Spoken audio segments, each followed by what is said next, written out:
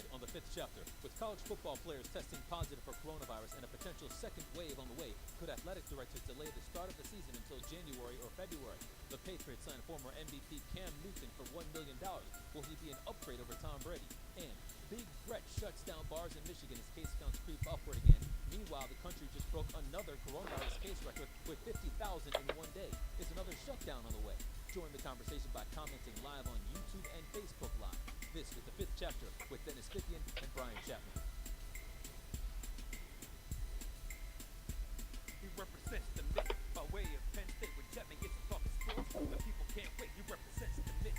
Being true, EMU cut Dennis in the fall, and his things glitter blue. They got respect around the state. When that light turns red, so don't sleep on these dudes. Just invite your friends to cut your nap short and tip your cap for and sit back for the fifth chapter.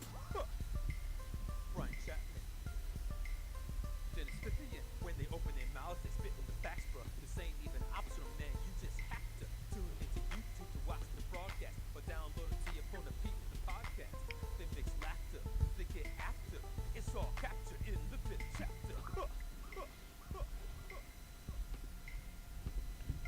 That's right, and welcome to the fifth chapter. I am Brian Chapman. He is Dennis Fith, and we are ready here on the second day of July for 5 more fantastic chapters.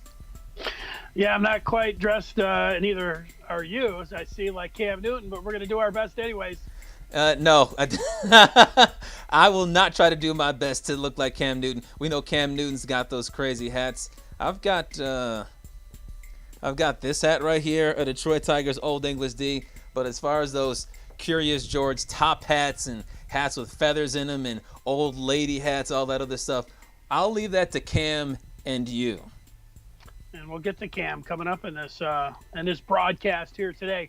That's right. Let's take before we take a look at today's book. Definitely want to thank all you guys who are watching episode 16 either on YouTube or Facebook Live. Want to thank those who are listening on the podcast either via Apple, Google, or Spotify. And of course, if you want to listen, the podcasts are available around midnight after each live taping of the show. And make sure that you subscribe to one of those podcast networks, or you like on Facebook, like on YouTube, and you can participate during each show by sending in your comments on the side on either Facebook Live or on YouTube. Now we can take a look at today's book, and you can see on today's show, if I can pull it up there for everybody, that in the second chapter you got whoa, that doesn't look like today's book. I'll just tell you what today's book is, because in the second chapter we are going to be talking about a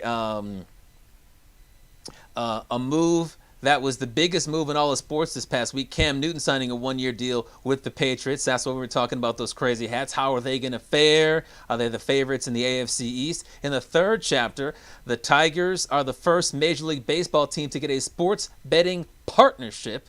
We'll tell you about the potential impact of that and whether we could see sports betting in stadiums. In the fourth chapter, Big Gretch shuts down bars and strip clubs. Is she going too far or not far enough? And what about these other states, as we see Florida with over 10,000 new cases today? The U.S. set a record with over 50,000 new cases just yesterday. Should they start to shut down? Do we have it under control? And in the fifth chapter, it is story time. And I'll give you a spoiler.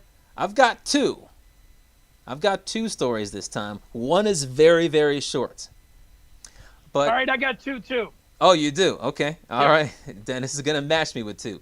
Let's start, though, with the first chapter. And the first chapter takes us to college football. And here are 4 things we know about college football right now. One, that coronavirus cases are spreading like wildfire across the country, particularly in the South and the West. But even Michigan's numbers have doubled since yesterday. We'll get to more of that in just a bit. 2, college football players are testing positive across the country, with the notable exception of We Are Penn State, because they had 102 student athletes test for coronavirus in the past week. 0 tested positive. And with that, nobody wants to be around any Penn State football players. Well, that's because they want to keep them all safe for the season. And what that really means is if you are a 17 or 18-year-old 4-star or 5-star in any sport and you want to stay safe, you have to commit to Penn State. That includes basketball, where Amani Bates should reconsider. Something to think about. But you look at Iowa, LSU, Alabama, Clemson, lots of Rona being spread around the college football world. 3, we know college athletics needs college football money because a lot of these college football programs fund their entire athletic program from the football season. And 4, we know that many schools like Michigan have already announced that if students are not attending classes in person, then there will not be any sports. So schools are going to try to do whatever they can to have college football, even if it means perhaps doing something creative, doing something out of the box, like, I don't know, moving the season. And that takes us to, once again, Penn State, where here in this article, as you can see from CBSSports.com, Penn State's athletic director, Sandy Barbour, called a move to pushing the football season to the spring a last resort. And she said, one of the biggest challenges of a spring season, and it's probably the biggest one in my mind, is the proximity to next season and, frankly, a second lost spring ball. Overcomable if perhaps we're willing to have a shortened season, again in the category of something is better than nothing. That may not be a problem at all. But Dennis, you see what the athletic director at Penn State is saying, that perhaps as a last resort, you could move the college football season to the spring. Others have talked about doing so as well. What do you think about this idea? Yeah, I think it mentions in there that would be the last resort. I think they've got a lot of contingency plans. That would be the last one. I think another thing that they could look at, and this has been mentioned in a couple of days here, is that they could take 1, 2, or even 3 of the non-conference games and just chop them. For instance, you got Michigan. They're supposed to go out to Seattle to play Washington on September the 5th. They could chop that game, and then there are 2 other ones in the non-conference, and they wouldn't start then until almost October. September 26th, they host Wisconsin to start the Big Ten slate. So you could almost get a month to play there if you're having, if these next 2 weeks continued with an upward trend. They might think about chopping one of those games, and then as each week goes by, they could chop another one. So when you say chop, you mean take the game off the schedule and then shift the Big Ten games forward, or are you talking about starting the season later? Just eliminating those games and starting the season later. Could you put them on at the end and play them in different stadiums, bigger stadiums, like Ford Field? There's not going to be any fans, but then the idea that maybe you could have fans then, or that's the one thing that could be attractive about spring. If you wait till spring to play college football, at that point, you might be able to bring, like right now, I mean, we could talk about having fans in the stands and all, but, what's going on right now, who knows? I would bet against not having very many fans at all in the stands. But if you get to spring, that's so far away that the possibility of, having 10, 20 more fans, if this thing would be finally feel like, you'd get back to some kind of normal, maybe you could have half the stadium full or even more. Yeah, look, I think the problem with chopping off 3 games and just starting the season later is that if you do that, then you're starting the season closer to when the second wave begins. I mean, we're basically between a rock and a hard place because we've got the coronavirus numbers spiking. You had over 50,000 cases in the country just yesterday, and you got college players testing positive. So from that standpoint, it makes sense to push it back where perhaps we can get things under control by then. But if there is a second wave, and the second wave comes in October, then by the time you're ready to play, then the second wave comes in. Because they're between a rock and a hard place, there really isn't an ideal situation, because seeing that we're already into July and the coronavirus case numbers are worse than they've ever been in this country. In Florida, once again, 10,000 new cases. Think about all the Division I schools they have there. Florida, Florida State, Central Florida, South Florida, Miami, FIU, FAU. They're not going to be in any situation, it seems like, to play college football on opening day in 2 months because they have the worst outbreak in the country right now. And if you look even closer than that, The NCAA said that coaches can start interacting with players in 11 days on July 13th, and they can start practice in 36 days on August 7th. Yeah, practice. Is Florida, is California, is Arizona going to be ready? Texas going to be ready for practice in 36 days, particularly if they have a mandate that if you can't have classes in person, pushing things back doesn't make sense. I think that basically the spring football season is a bad scenario, but it's probably one that we're going to have to get more and more used to seeing. And if they could make it a 7 to 9 game season that starts in January or February, maybe in the Big Ten, you have one non-conference, you have 6 divisional opponents, and then you have one crossover game for 8 games. That's looking like I think the best situation possible. Yeah, you know what? Maybe we should be talking about a third wave. It feels like the second wave's happening right now. I don't know if there would be a third wave, but the part about eliminating your non-conference, that would really be a blow to some of these smaller schools that depend on that big payday. Arkansas State is supposed to come up to Ann Arbor in September, and you think of the small little city of Jonesboro and northeast Arkansas and how much that payday, whatever they get, $1 million and a half.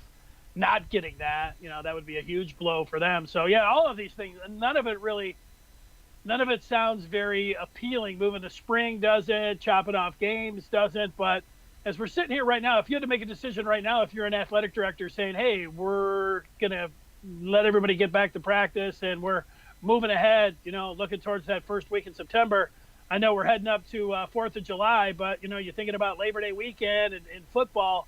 I mean, if you had to make the call right now, they can't make the call. I mean, they're looking at it. If they had to make a call right now, I think they'd have to make the call to say, yeah, we got to push it back a little bit. We can't start in early September. Because one thing we could all agree on, everybody knows, that they don't want to play for 2 weeks, and then, have to shut it down. Because then the season's going to be over. So yeah, you're not shutting down for a week. You're going to be shutting down for months, just like we're in right now when it comes to the NBA and the NHL. So right, and so they might be able to push it back a little bit, and then if they decide that they're going to go.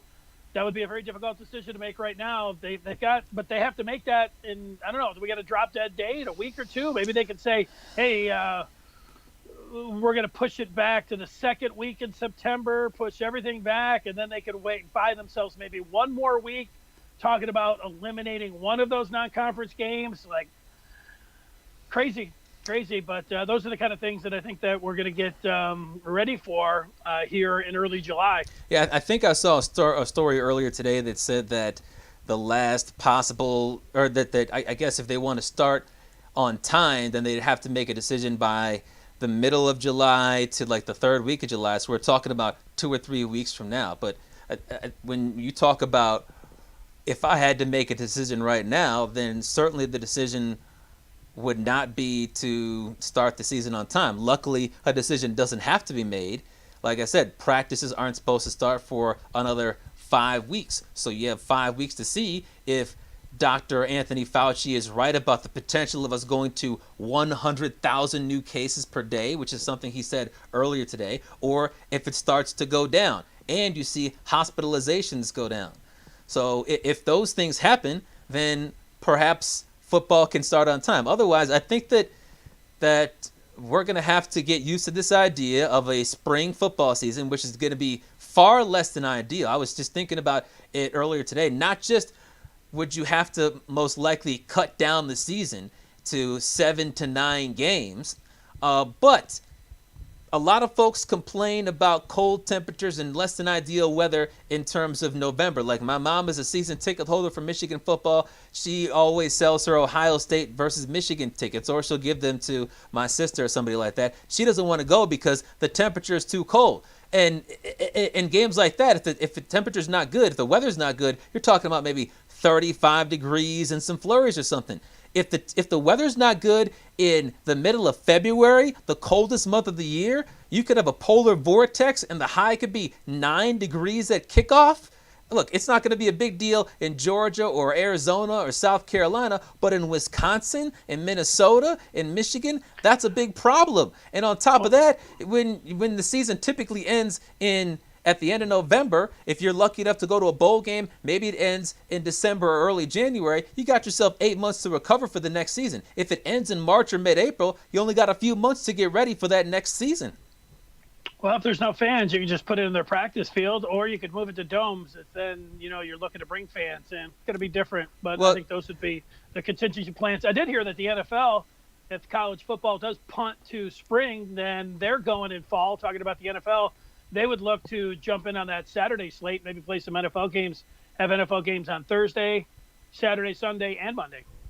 Well, I think we can both agree that college football is more likely to not start than the NFL because they don't have to worry about student athletes and things like that, and their players are getting paid. But I think we can also agree that if there isn't college football, it's more likely that there won't be NFL football. Because if the conditions in this country are not good for college football, then I think NFL teams will be making a second look at do we need to start, or if we got 75 or 100,000 new cases per day and the hospitals are packed, is the most important thing in the world to put football players out there. We've got a whole bunch of 60-plus-year-old assistant coaches and head coaches. Are we really in a position where we can play football games, even pro football games? If it's bad for one organization, it might not be good for another organization. Yeah, you're right. But if the NFL does, if the college football punts it and the NFL's there and there is an open window on Saturday, they said that they would look to play their games there. Tell your mom the next time around, send those tickets down to me. I'll take them for the next Michigan-Ohio State game. I bet you would. I bet you would.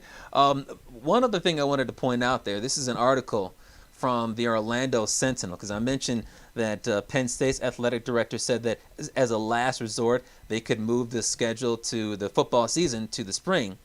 And in this article from the Orlando Sentinel, they quote the athletic director of University of Central Florida, Danny White.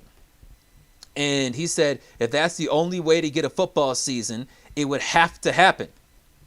I don't think college football can afford not to exhaust every single option. And obviously UCF is not in the same situation as a school like Florida in the SEC. And this article also mentions the Florida Gators, for instance, got a check for $43.8 million last year from the SEC's TV deals, but made $60 million in ticket sales and booster contributions. A school like UCF is not going to have that same amount of money from boosters, and certainly not going to get $44 million from the SEC network. I don't know what conference they're in, but they're not getting tens of millions of dollars from a TV network. So because of that, certainly smaller schools like you're talking about, whether it's an Arkansas State just getting a check, they're going to want to do whatever it takes, even if it means 5 or 6 games in the spring. They're going to want to do what they can to save their athletic programs. Yeah, I was just thinking while you were talking there, if they could, if it gets down to it, take those non-conference games, try to put them on at the end, and then you could start the Big Ten slate late in September. I don't know if you could play the non-conference games afterwards. All of that, none of that seems like none of those options seem very fun to think about. They're not very fun to think about. No, every single option is not fun to think about. Let's transition and turn the page now to the second chapter. Yeah, that gets us to pro football in Cam Newton. It was the biggest news this week. It looked like that Bill Belichick was just going to sit there and go with Brian Hoyer and Jarrett Stidham as his QBs until the price dropped on Cam Newton, and the Pats swooped in and signed him to a 1-year incentive-laden deal. Is this move make the Pats the favorite in the AFC East? What'd you think of it? Yeah, I think it's a brilliant move, and it's a typical Patriots move. They get themselves the best free agent quarterback on the market in Cam Newton, assuming that he's healthy. And it's a typical Patriots move in that it's low risk and high reward because they get an extremely talented player who won an MVP a few years ago. He's had the entire offseason plus the vast majority of last season to heal. And if he can come back at just a below Pro Bowl level, then the Patriots are going to be certainly better than the Jets, who stunk for years. They're going to be better than the Dolphins, who are going to have a quarterback controversy and were the 5th worst team in the league last year. And they're going to be better than the Bills, who've got a bunch of talent, but they've got quarterback issues. And the Patriots have the best coach in the division. You think about, though, what the Patriots have been able to do over the years in terms of these bargain basement deals and low risk, high reward moves. Wide receiver comes to mind because you think about Antonio Brown, and they got him for basically $153,000 because he had I think it was a $20 million contract, but they cut him after the first week, so they only had to pay him $153,000. You look at Randy Moss. He was on the trash heap in Oakland. They traded a 4th-round pick to get him, and there are lots of players that are on their core that they've been able to bring to prominence for cheap deals, and then after a year or two with the Patriots, they go somewhere else to get a payday, and then they fall off. Cam Newton signed for the veterans minimum, $1.05 million for 1 year, $550,000 guaranteed. When you consider the fact that the Patriots have won 11 games with Matt Castle as the quarterback, when you consider that they went 3-1 with Jacoby Brissett and Jimmy Garoppolo as their quarterbacks a few years ago when Tom Brady was out with a suspension, they're going to be in great shape with Cam Newton, assuming that he is healthy. And there's no reason not to put them in the outside periphery of the Super Bowl conversation. Yeah, well, they got him for a great price. You're right about that. Nobody can argue there, man. Getting him, like if we were talking about him playing for $9 or $10 million, that would seem ridiculous. But when you think about Chase Daniels, the Lions' backup quarterback, getting paid 3 times the amount of Cam Newton, that seems a little ridiculous. Now, I would rather have Jameis Winston, who was out there as a free agent. I would have rather have had the Red Rifle, who ended up signing Andy Dalton with the Cowboys. I would have rather had any of those quarterbacks than Cam Newton. Cam Newton showed me everything that I needed to see in the Super Bowl in the 4th quarter in a 1-score game when the ball was laying on the ground and he's worried about, wrinkling up his jersey there. I was like, okay. I gave him a free pass and being a baby in the post game, but not jumping on that football. And look, in 2017 against the Saints in that playoff game, if Michigan's wideout Devin Funchess, he put the ball right in his hands with under a minute to go, they would have won that playoff game. Cam Newton is a fabulous talent, and they get him at a great price. But out of all of the divisions, I've been going through them. The AFC East is the one that I went out on a limb, and I'm staying there. I think Sam Darnold's the best quarterback in that division. I think the Jets, not the Bills, not the Pats, not the Dolphins, going to be the Jets. That's where I'm putting my money on. If they play a season 2020, that's who's going to win the AFC East. Bounce back from Le'Veon Bell, Sam Darnold. They drafted offensive line. I think they're good to go. Let's go. Well, even if Sam Darnold makes the steps forward that they were hoping that they were going to get out of him when they drafted him in the top 5 a couple of years ago, and even if he's the best quarterback in the division, that's not necessarily going to guarantee that they're going to win the division, because what they don't have is the best coach. They got a coach who's going to look at you all weird in the press conference with his eyes open and like he's high on 6 different drugs. But you want to compare that to Bill Belichick, the hoodie, knows how to cheat like nobody's business, and usually he only gets caught after having won a Super Bowl. Coaching matters. That's why their wide receiver talent hasn't been all that great over the years. That's why their running backs haven't been Pro Bowlers year in and year out, and they've still been able to win all these games. That's why Tom Brady, we had Rob Parker on Tuesday talking about him having a noodle arm and not being the same guy that he used to be. Despite that, they won the division and were the 3rd seed again last year. They lose coordinators left and right. They were thankful to lose Matt Patricia, but they lose coordinators left and right, and they still win games. They lose players that have big-time seasons, Pro Bowl seasons left and right, and they still win games, and they do so because of Bill Belichick. One thing I think is going to be huge to see this year, we've been debating for probably the last 10 years all across the country, was the success for the Patriots due more to Brady than to Belichick? I've always argued that it was more about Belichick than Brady because of what happened when Matt Castle was the quarterback, because of what happened when Brissett and Garoppolo were the quarterbacks.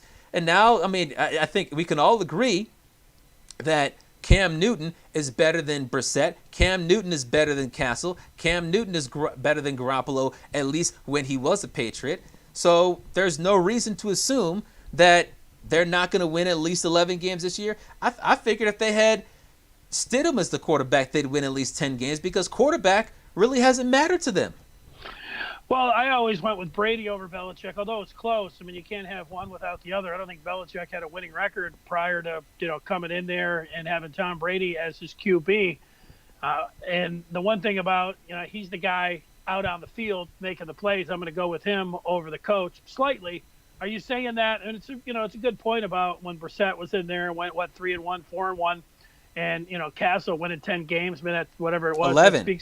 11. That speaks for itself. But if if they go 8-8 this year and Brady goes 10-6, are you saying then? Oh well, it's decided. Brady was better. You're going to make that call? Well, if something like that happens, then it'll make it.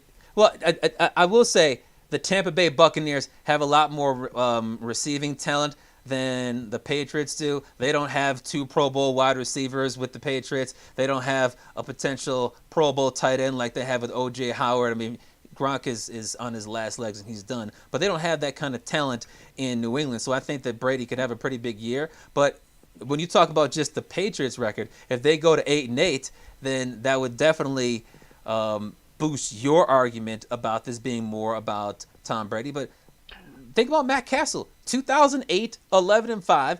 He uses that to get a big contract with the Kansas City Chiefs, and he was nothing after that. The last time I remember hearing about him was a couple years ago, or maybe last year, when he was the backup quarterback for the same old Lions. Quarterback position doesn't matter with the Patriots. You just go in there and you do your job, and you win. Well, get ready. You mentioned Antonio Brown a little while ago. Don't be surprised if he ends up down with his boy in Tampa, even though they already have all that wide receiver talent, and Antonio Brown lands with the Bucks. I saw on ESPN earlier today that he was not going to be signing with the Bucks. Well, you know what the ESPN stands for. Now, let's go to some of the feedback here. I'm looking to see what people are saying about either the college football or with Cam Newton. Keith and Matt saying, what's up, what's up, what's up? Who's the number 8 jersey, Chappie? And Newton is the 1. That's what we've got. That's coming in on YouTube on the feedback. Who's the 8? Yeah, I'm not sure who 8 is right now at Penn State, but I've told this story before. And before my freshman year of college, I had to go to Penn State University for some sort of orientation. It was like a month or 2 before classes started, and I knew that I needed to get a jersey before I got on campus just so that I could fit in. And so I went to the student bookstore and I just got a number 8. And as it turned out, that during that season, my freshman season, or freshman, I wasn't playing, but my freshman year, there wasn't a number 8 on the roster. So that's a nobody jersey, but the number 8 has been worn by some great players, including Allen Robinson, who was named to the All Big Ten All-Decade team and was the only unanimous selection on the offensive side of the football. He had a great catch against Michigan, if you might remember. Yeah, well, he's a great player. He's from Michigan. And Orchard Lake St. Mary's. Orchard Lake St. Mary's, and he's the only reason to watch the Chicago Bears, man. He's still an awesome wide receiver. Khalil Mack. Well, how about on offense? Okay. And he did have a great year for the Jags. I think he had 15, 16 touchdowns. I had him on my fantasy team. He's awesome. Yeah. Actually, I had him last year. Had him last year on my team, too. Yep. There you go. I think you should have got a Hackenberg jersey. That would have been... Well, I have a number 14 jersey as well, and it's in white, and I got that jersey, I believe it was the year after his freshman year, so his sophomore. He had that great year as a freshman, and he won the Big Ten Freshman of the Year, and then Bill O'Brien left, and James Franklin came in, and Hackenberg was done after his freshman year. All right, let's get to the next chapter. Yes, in the third chapter, that takes us to baseball, and thankfully, Dennis, we're not sitting here talking about whether or not they're going to have a season and Rob Manfred, your boy Rob Manfred. This is different because the Tigers have a new partnership. It's between themselves and PointsBet, and the story is that the Tigers became the first Major League Baseball team to team up with a sports book. They're going to be featured on signs. PointsBet's going to be featured on signs at Comerica Park. And they're going to be featured on the Detroit Tigers radio network. And it's also going to be in the District Detroit app and the MLB Ballpark app.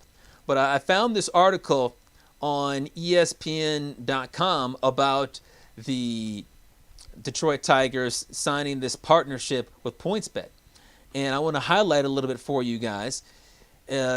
Johnny Aitken is the CEO of PointsBet, and he told ESPN, "I view baseball as arguably the most disruptible sport when it comes to innovating around betting.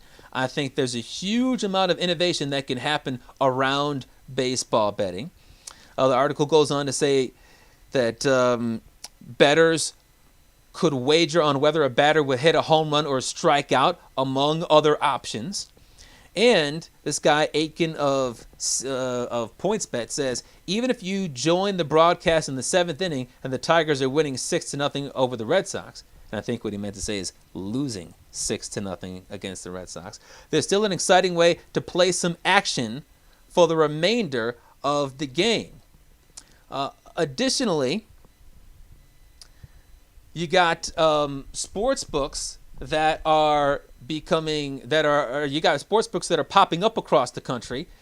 In Michigan, we had 3 sports books pop up on the same day that Rudy Gobert tested positive for the coronavirus, so we only had one day to bet on sports. But one thing that a lot of people have been pointing to is, could you also have in-stadium sports betting? Like, you go to a Tigers game, you buy your hot dog, you buy your $17 beer, and before the first pitch, you place a bet on the Tigers to lose, or you place the bet on the Tigers to win. And in this article from CDC Gaming, you got this gaming attorney, Daniel Wallach, who says that we should get ready for in-stadium sports betting. He says you'll likely be able to place a bet at Capital One Arena in Washington, D.C. at a kiosk or a window within the sports book, probably within the next few months. Now, this article is from November, so he obviously wasn't right about that. But he also in this article mentioned that he thinks that New York City could do something like that with Madison Square Garden. And you think about Detroit, they have their 3 downtown casinos, but they also have 3 downtown stadiums: Ford Field, Little Caesars Arena, and Comerica Park.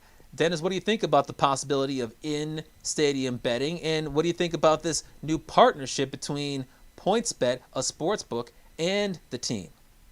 Well, it's good to see the Tigers be first in something. They jump in on this. I'm glad about that. You know, there's sports betting now, even though I think you were able to get down there and place a bet. But yeah. I think it opened up on 3/11. It was closed on 3/12. So you can bet legally in Michigan. And you know what? I know people love to bet, not just bet the games, but they love live betting. You know, the game's going on, 2nd or 3rd inning.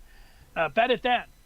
Bet it in the 4th inning. And if you could bet with a batter coming up, if Miguel Cabrera's coming up, and if you could do it on your phone where you could get in and make the bet before he steps up to the plate while you're in the stadium, I can see a lot of people doing that. So I think it is an added layer. People like to gamble to begin with, and you know what? Who hasn't been in the stands with their friends or something, and everybody's picked a player to hit a home run? You got to give them $1 or something else. I know out of all the sports and all the different press boxes that I've been in, the baseball press box is the one that has the most wagering going on. Almost every game, somebody's coming along and you need 10 people to play. You're throwing in $1 or $5, 10, and you just pick a card and you get 1 through 10, and whatever number you get is the inning. And if somebody hits a home run, you win the pot. If you end up getting the 0, that's if there's no home runs during a game. Doesn't happen very often. I've won a couple times on that one. But, that's something that goes on almost every game. Way back in the day. Yeah, I haven't seen that at the Comerica Park press box. I don't know if it still happens right now.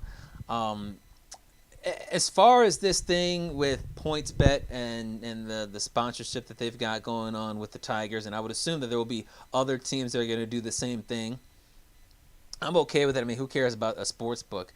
Whether it's going to be PointsBet or it's going to be MGM Grand or whomever, there's going to be casino advertising at sports books. I think that what you're talking about in terms of in-game betting, that the most likely scenario you're going to see is perhaps, since they're going to be using the Tigers radio network, maybe Dan Dickerson have a read during the game and say, hey, you can place your bets with the PointsBet app or something like that, and Miguel Cabrera is plus 200 to drive in the man on third base if you bet right now. The one thing I don't think you're going to see is them talking about who's going to win the game, unless they do it during the pregame broadcast. Like they can say the Tigers are plus 180, get your bets in right now. But I can't imagine they're going to say Tigers are down, 7-0 in the seventh inning, but they're still, minus 140 to based on the live odds, get within 6.5 runs. I think that it's going to be weird to see Major League Baseball broadcasters, particularly if they're old school, just throwing in point spreads and don't touch that dial because the Tigers have a chance to hit a solo home run, and if you bet right now, then you could, and there's no more runs scored the rest of the game, then you could win. The Tigers are plus 120 to lose by 6, and they're down by 7. Hey, Jim, remember Lucas Giolito with Jeimer Candelario's plus 800 here to hit a home run? You remember when Giolito was in spring training? Candelario really squared him up pretty good here. I think plus 800 is pretty good value. yeah, that's right. He could put the buggy whip on it. Yeah, I don't think that's going to happen. Yeah, instead of Fago, this one's brought to you by Fago. We remember this one's brought to you by, Pete Rose and company. Yeah, who knows? I don't think Dan and Jim will be involved in any of that. Look, they already have, the D Casino. Those commercials play during Tiger games already on the radio network. So, it's not that much of a stretch to say, hey, throw down some money, whether it's a kiosk or anything else. Let's go. Gambling's legal in Michigan. Probably, I would almost guarantee at first it's going to be pretty subtle, pretty tame, and pretty low key in commercials. So I don't think Dan and Jim will be involved in any of those reads. That would be my bet. It's part of the radio network. I think it's going to have to be more than just a 30-second ad during a pitching change or something like that. I would assume they would want. They also mentioned that it's going to be part of the Detroit Tigers weekly podcast or something, that they're going to be part of that as well. So yeah. I can't imagine. That's a show like this. Wizards on Woodward or whatever. Yeah, something like that. Yeah, that's a show like this. Mm-hmm. Well, I'll bet you. I'll give you 2-1 that Dan and Jim don't mention gambling during the 60 games. No live reads. How about you bet me? Maybe you bet me 2-1 that they don't mention it the next time they have a game, because they might not have a 60-game season. All right, we can work on that bet. Yes. Right now we've got Torkelson hitting more home runs than Travis Demeritte. Demeritte. I'm going with the bum Travis Demeritte. But as far as the kiosks and the betting windows inside of stadiums, the first thing that would have to happen is that you would have to have state legislators or legislatures, in Michigan, you have to have both houses legalize sports arenas as casinos. Because right now, you got the tribal casinos, and the only commercial casinos are the 3 downtown, Greektown, MGM, and Motor City. So they would have to say that Ford Field, Comerica Park, Little Caesars Arena, Spartan Stadium, Wolverine Stadium, or Michigan Stadium, all those places are basically casinos where you can place bets. I don't think that's going to happen. You might have it in some other states, but even if they were to legalize it and give the teams the opportunity to do so, I think they probably would, because it would be another revenue stream. I don't think that they should do that, because I think it's a bad look. Obviously, teams right now in Detroit are struggling, but even if they were good, I think it'd be a problem. The last thing you want is for the Red Wings to be down a goal with 2 minutes to go in the game, and they pull the goalie, and you got half of the Red Wings fans cheering for the Wings to tie the game, send it to OT to win, and the other half saying, wait a second, I bet on the Blackhawks minus 1.5. I want them to score an empty netter so that I can cover. And then after the loss, you got half the Red Wings fans dejected because they lost their money, or because they didn't bet on the game and their team lost, but the other half, or just 30%, are happily marching over to the betting window at Little Caesars Arena so they can get their $100 because the Red Wings lost the game. I think that you want to have a home field advantage, And there'll be a lot of slappies at those games. They're going to be betting on their team to win, even if they suck. But you don't want to give fans an opportunity to root for the home team to lose. I think that's a bad look. Yeah, well, I think it already happened. So I think that's just kind of where we're Yeah, at. if they do it on the phone, that's one thing. But to have folks getting hundreds of dollars in their hands, say, thank you for putting together a bad team because I'm rich and I can pay my rent now, I stick to the phone.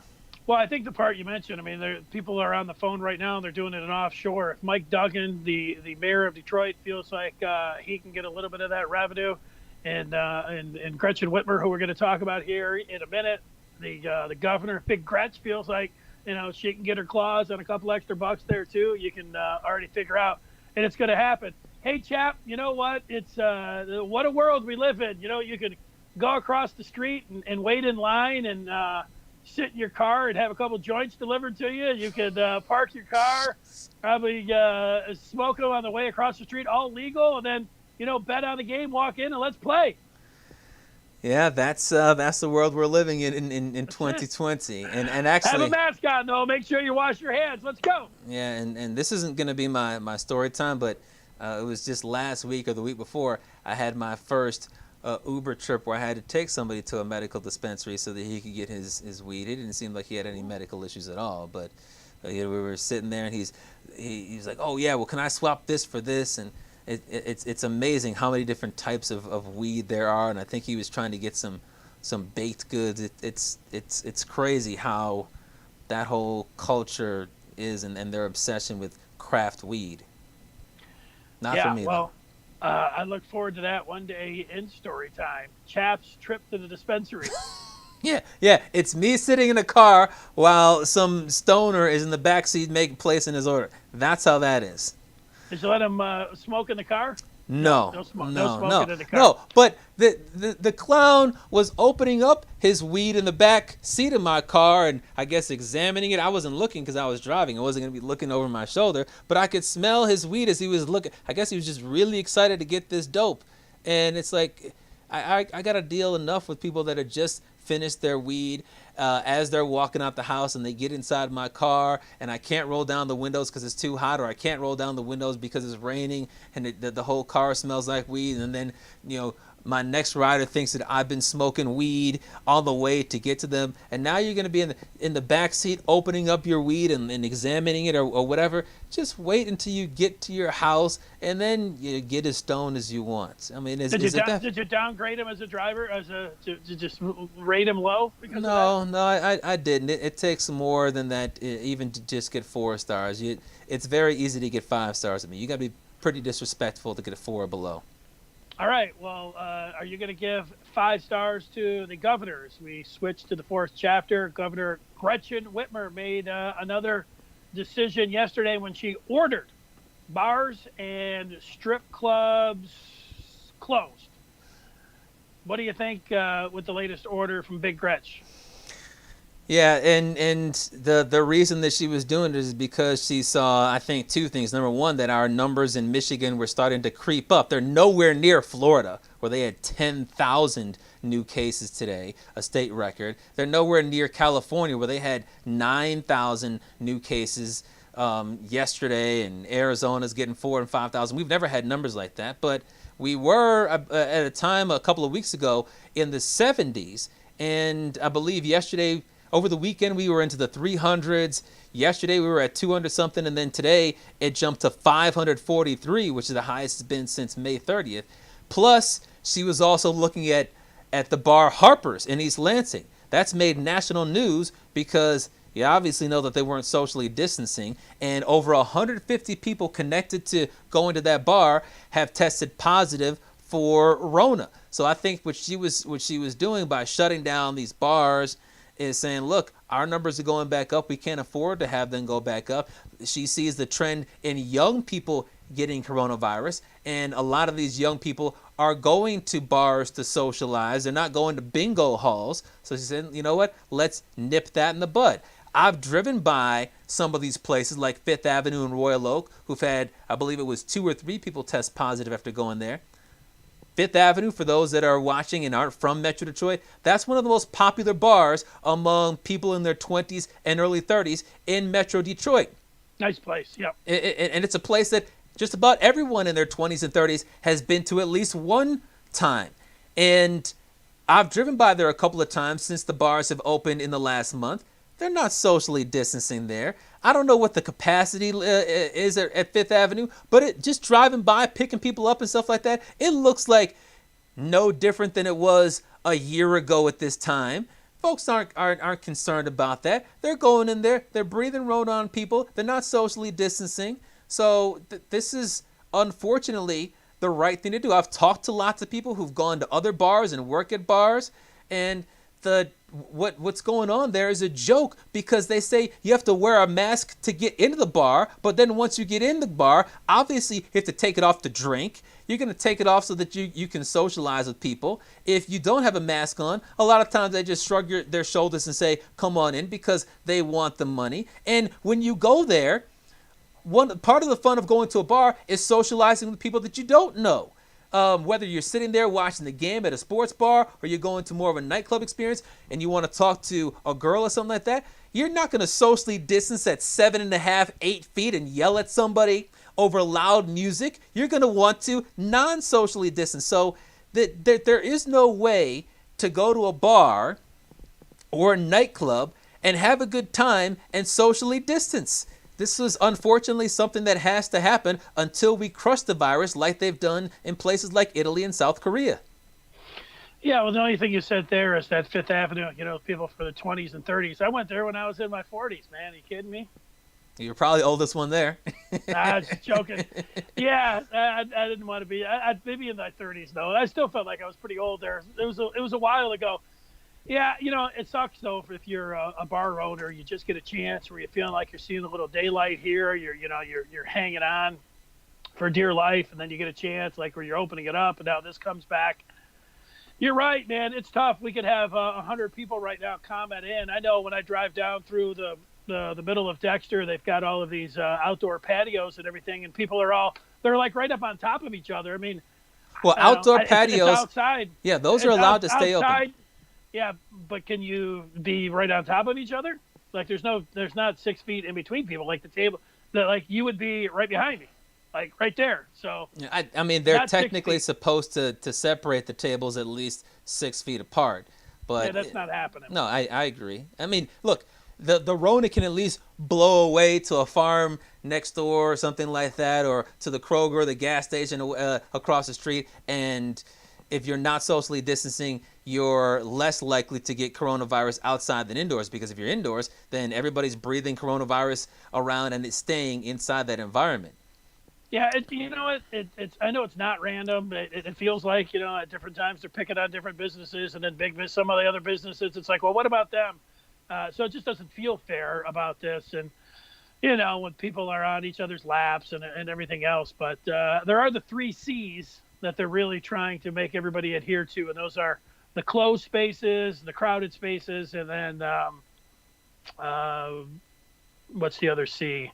Contact situations where you're jammed in there. So, yeah, I mean, I get all of that, but it does feel like we've had a second wave right now. I mean, everybody's talking about September. It feels like it's happening right now. Yeah, well, and it's especially looking like a second wave in these other states. I mean, in Michigan, it's ticking upwards because, like I said, we had 534 new cases yesterday, and that's the most since May 30th. But you look at Florida, I said last week on this show that by next week, Florida's going to have 10,000 new cases in a day, and what happens today? 10,000 new cases. And you see what they've decided to do. They finally, in the state of Florida, have decided to shut down the beaches, shut down the bars, and shut down the restaurants. And you look at what they're doing in some of these other states. In California and Texas, they're doing that as well. But in Florida, what they haven't done is mandate face coverings. It was just today that Texas, which is seeing over 5,000 cases a day, mandated face coverings. But because they waited so long, we know that there's a 2 or 3 week lag. Their numbers are going to keep on going up for the next couple of weeks. And well, no, go ahead.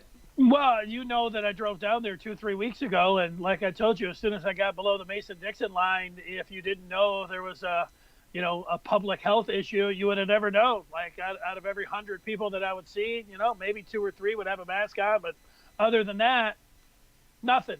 Yeah, and I have a feeling that not only across the Mason-Dixon line, but in certain communities in Michigan, they're not wearing masks and things like that. And what people have to understand is that when that happens, it hurts all of us because a lot of people around the country, they gave Big Gretch a lot of credit for being tough in the state of Michigan and keeping things closed for a while. And the result is that our numbers, while they're going up, are still way lower than the places are spiking. When you look at the map, and I can put the map up that CNN uses a lot of times to show you where the cases are rising. And you'll see on this map that Michigan is one of the states where it's in the last week it's gone up at least 10 to 50%. But it's gone up 10 to 50% to us having 534 new cases. Meanwhile, in Texas, it's gone up 10 to 50%, but they're at 10 times as many cases. There are 20 times as many cases in the state of Florida. And when you have a situation like that, where you can give praise to Whitmer and say, well, how come it's not working? How come it's going back up? It's because we're not like New Zealand, where the state of Michigan is on an island where nobody can get in and get out.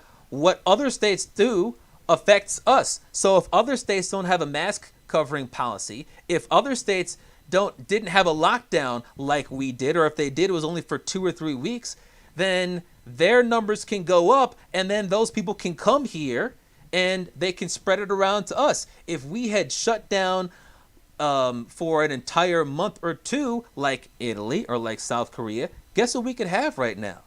South Korea has had baseball for over a month. Italy has soccer. They're talking about having fans. But because we don't do things in this country as a unit, we were doing things 50 different ways.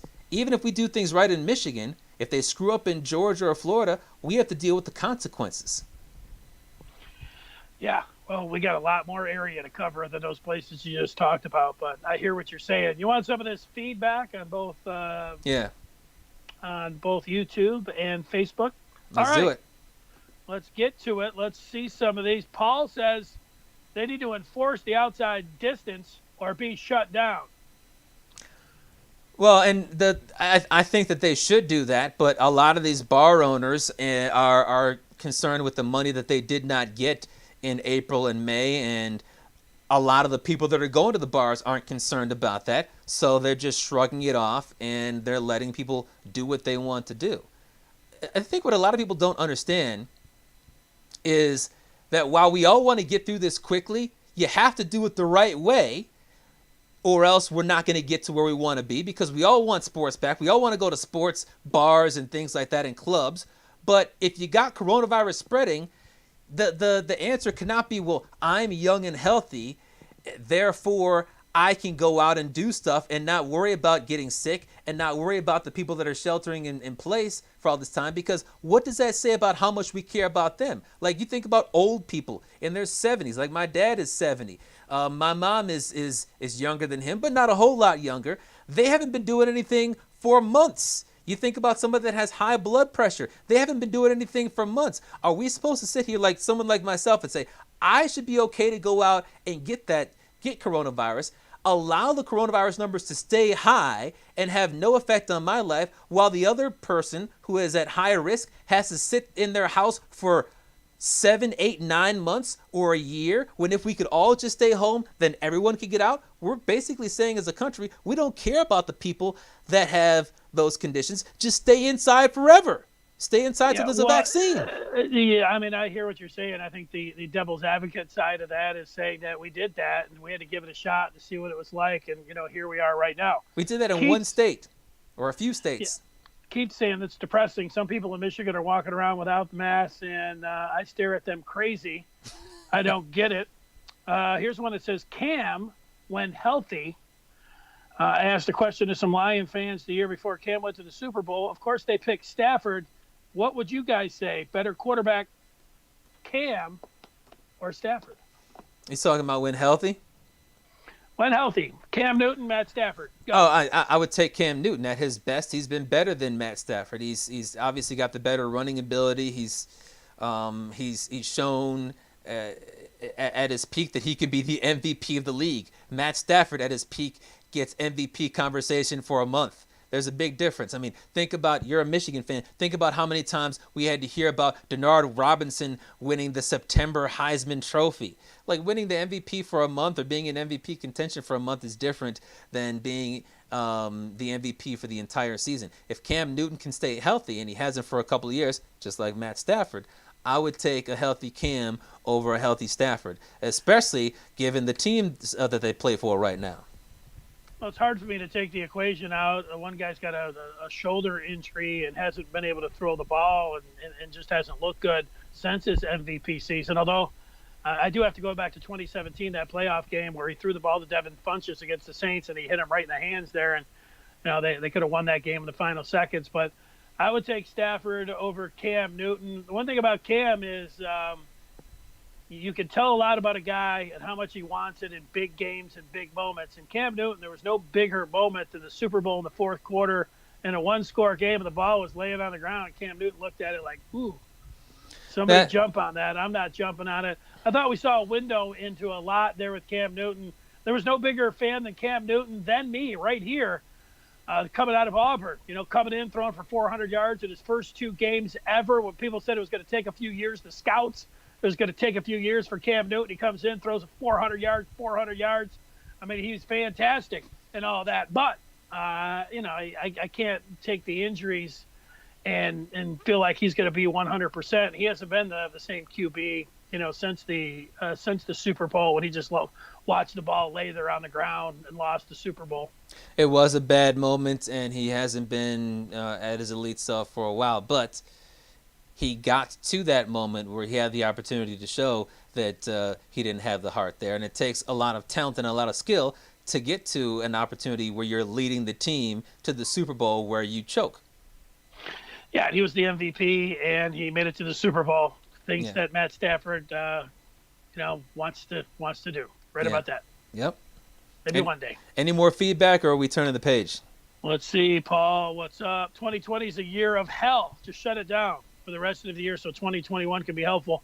Well, just remember, we're right midway here for 2020, and we want to be a second-half team. So using that sports analogy, you've had a very bad first half. Let's have a good second half and have a comeback here. That's well, I think he was talking about shutting down like the different states in the country, and maybe. And like we didn't do it right the first time in March and in April. We had some states that were the epicenters like Michigan, New Jersey, New York, Louisiana that were shutting things down altogether, and they were able to see their numbers go way down. And these other states that didn't do so, they were just trying to tiptoe around it. I don't know how they expect their numbers to go down from 10,000 or 5,000 to where Michigan's are at 500 if they sit around and say, we're going to close the bars. In Michigan, you could perhaps make an argument that it's just the young people that are going to these bars. In Florida, you got 10,000 new cases. It's more than just a bar and beach issue. They need to be where we were in April, where the streets were empty. But they're refusing to do that. Same thing in Texas, in Arizona, in California. I think they were talking about how 17 of their counties are in lockdown mode. They need to stay home, or else we're going to have these same conversations a month from now, 2 months from now, 3 months from now. When's it going to go away? Embarrassing ourselves while the rest of the world is saying, well, we're having sports games, we're having championship games, and we got fans. Yeah, before we get to the fifth and final chapter, I just want to remind everybody that's watching during the show, you can always comment in. We read those responses. And if you subscribe, what's really, something I watched YouTube a lot over the years, but I didn't subscribe to many things. But when you subscribe, you can go back and you can look at all the videos. I was going back today. I was telling Chapman earlier just to see what kind of shirts I was wearing, make sure I didn't wear the same shirt twice. So what are we up to, 16 shows here? Yeah, I think that you can go back to your first shirt now. I don't think anyone's going to criticize you and say, "Oh, you only got 16 shirts now. Go out and go on a shopping spree. Go to Amazon and get a 17th."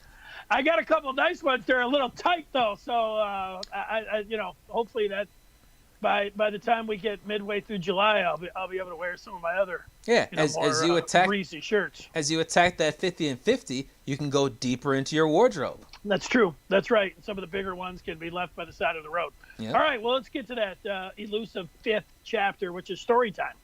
That's right. That's when Dennis and I have an opportunity to share with you what's going on in our lives. I've obviously got another ride sharing story, and I've got two. I'll tell you why I've got two. One of them is a very short one, but I've got two. We start, though, first with another man who's going to give us two. It's the man, the fifth, the legend, Dennis Fithian. Well, do you want food or you want to know about this Stafford jersey that's here behind me? Which one do you want first? Let's do the Stafford jersey as we see that you're a big Stafford slappy in today's show. Well, this is my daughter Faith's Stafford jersey, and her brother Will has one exactly like it. We went to see the Lions. I don't remember move the jersey closer to the center so people can see it. There it is. Let's see if I can take it down. Take it down, yeah. Bring it on down there. There it is. There you go. That's it. Matt you can Stafford. see it's actually autographed there if you could see it, but we didn't put it behind glass. She wore it. Well, we went to the Lions played the Bears on Monday night. If I had to guess, 2012, 2013. That sounds about right. They had a Monday night game at Soldier Field. We went there. They had the jerseys. They had it signed by Matt Stafford.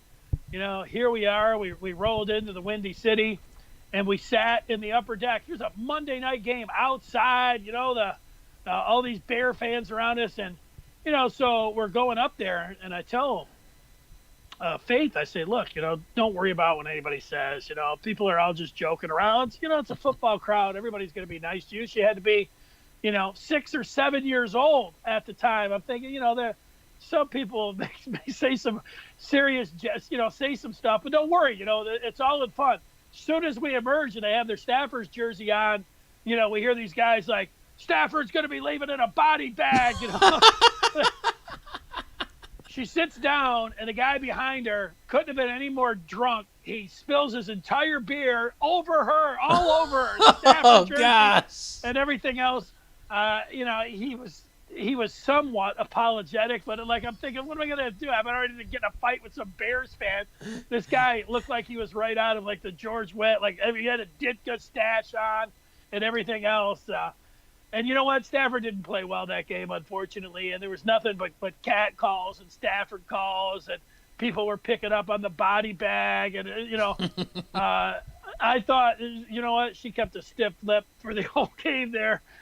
I don't know, man. If I was that young, I might have been ready to bolt and get out of there. But the Lions lost the game, but it was a great time. The weather was perfect, which was nice for a Monday night game. I don't remember, October or something. It could have been a lot colder. What about your story time?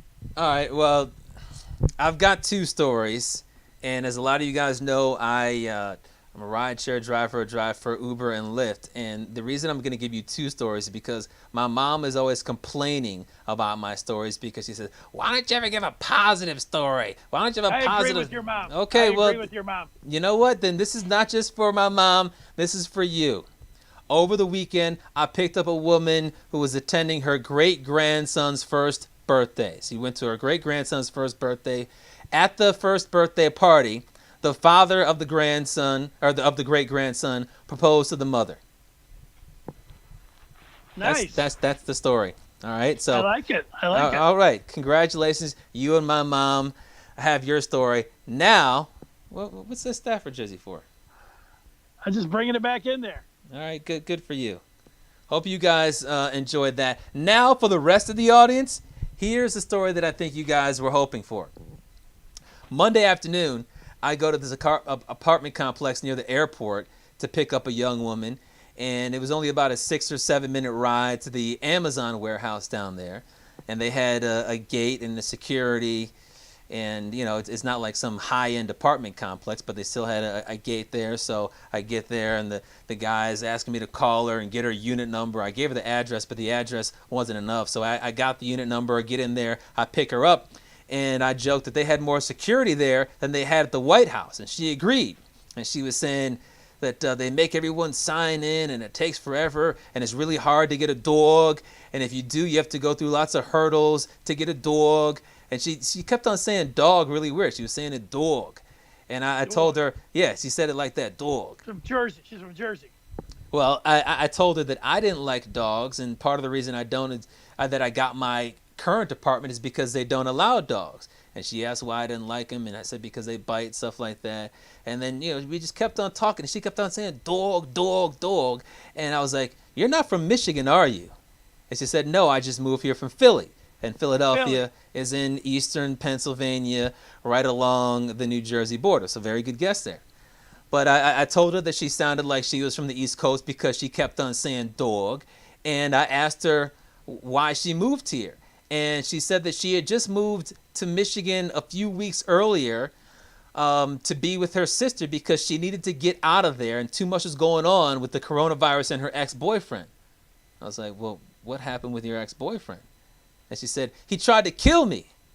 I was like, whoa, wait a second. What? That's crazy. But what made him want to kill you?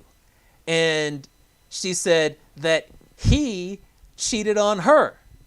So I said, wait a second. So because he cheated on you and you refused to accept him cheating on you, that he decided that he had to kill you.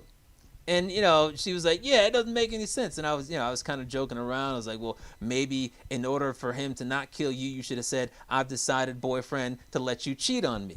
But we kept on talking, and I said, so like, what did he do to you? And she said, he strangled me so hard that I couldn't breathe.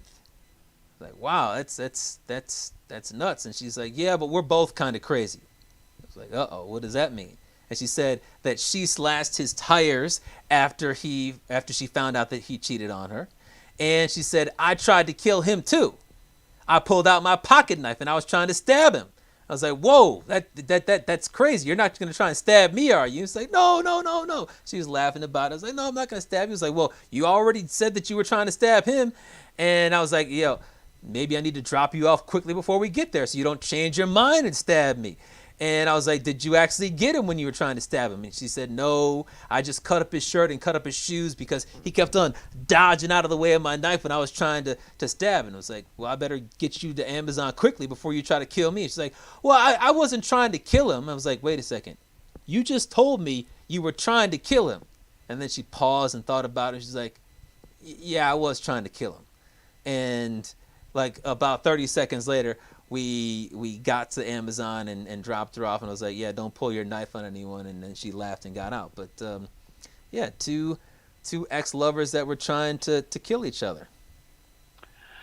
Well, that story fits in with a lot more of your Murder Max and some of your other ones. Decapitations.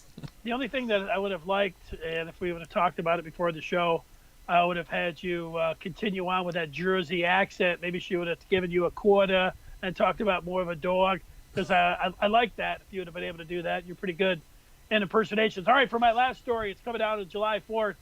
Over the last few years, a trial and error, I finally was able to perfect making ribs after a bunch of bad experiences, tough, going through it. I know, you look it up, you go step by step, you're still coming out. They were tough. Nobody wanted to eat them.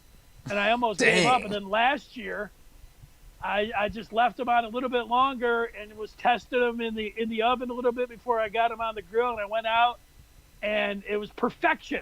But the problem coming up with the 4th of July, this Saturday, is that we had a power outage last weekend, and it blew our oven and a couple other appliances, coffee maker, a couple other things. But the burner works, but the oven's out.